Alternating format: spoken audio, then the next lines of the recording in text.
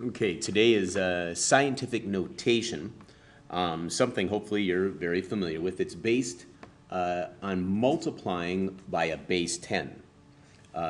Here, we'll normally have a number in front, like say 2.3 times 10. Well, that's obviously, because that's 10 to the first, that's obviously 23. No decimal there anymore, if we multiply them. If I took 2.3 times 10 squared, well, that's the same as 2.3 times 100. Move that decimal place over 2, that's 230 now. So here's the idea with scientific notation. It's going to be based on a base of 10. So here we have a base 10. And what it allows us to do is write very large numbers quickly. This number here has to be a number between 1 and 10.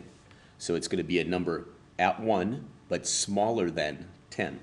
So if I do 2.3, it's a number between 1 and 10, times 10 to the 5th, I bet you can see exactly what's happening.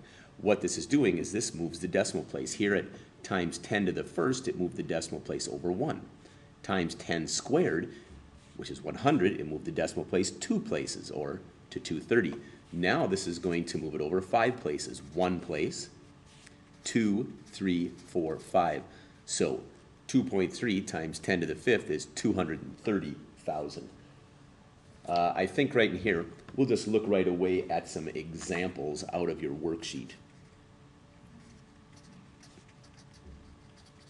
Let's look at 1K. It says, write this number in scientific notation. It's 70 billion. Now here, what we want to do is this is in the traditional way we write numbers, but here it's 70 billion. So the first thing I need to do is have a number between 1 and 10. So this is going to be the number 7. This is going to be the number between, I always choose this beginning. And now I'm going to do times 10, and what I need to do is see how many places I need to move this 0, which is 1, 2, 3, 4, 5, 6, 7, 8, 9, 10. So these two numbers are exactly the same. Let's try 1L, 8,097. First thing I need is my number to be between 1 and 10, so it's going to be 8.097. I need all my significant digits here. And then so here this number 8 is between 1 and 10. So I just move the decimal place 1, 2, 3 places, or to move it back, 1, 2, 3. So it's times 10 to the 3rd. These two numbers are exactly the same value. Let me look at some more examples here on the worksheet. Let's look at 2H. 4.3 times 10 to the 4th. So obviously scientific notation. To the 4th means that we move it 4 places to the right. So here, 4 point, and now this is going to move 4 places. 1, 2, 3, 4. So 43,000 being the number. Let's look at 3H. X cubed is to be multiplied by a whole group here. 2x to the 2nd plus 3x minus 4. Notice we can't use our property of just adding exponents because this is added in here and subtracted here.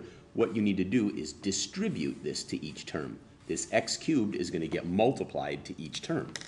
So the 2x squared is being multiplied by x cubed, plus the 3x is being multiplied by x cubed, and the minus 4 is being multiplied by x cubed. So distributing that x cubed to each term.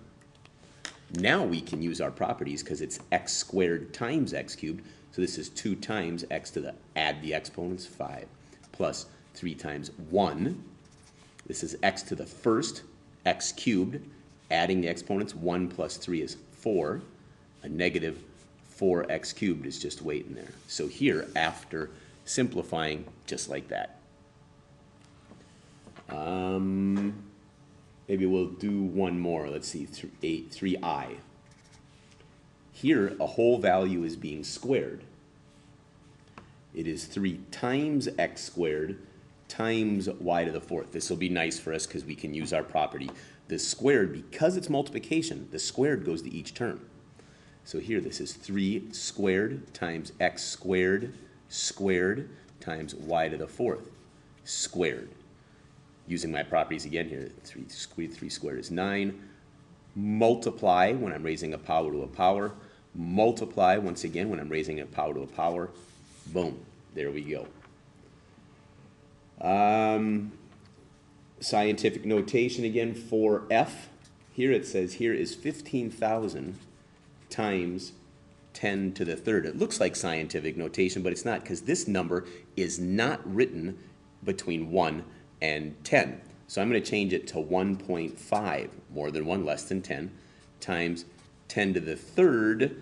Ooh, but what I did here was I moved my decimal place back 1, 2, 3, 4. So I need 4 more decimal places to add on here. So here's my, when I look at these two terms here, this is my 15,000 times 10 cubed, and now I can add the exponent. So this is 1.5 times 10 to the 7th. So I have that 3 decimal places that they already have included here, 3 more zeros, but I had to move this 4 more places to get it to be between 1 and 10. That should be sufficient.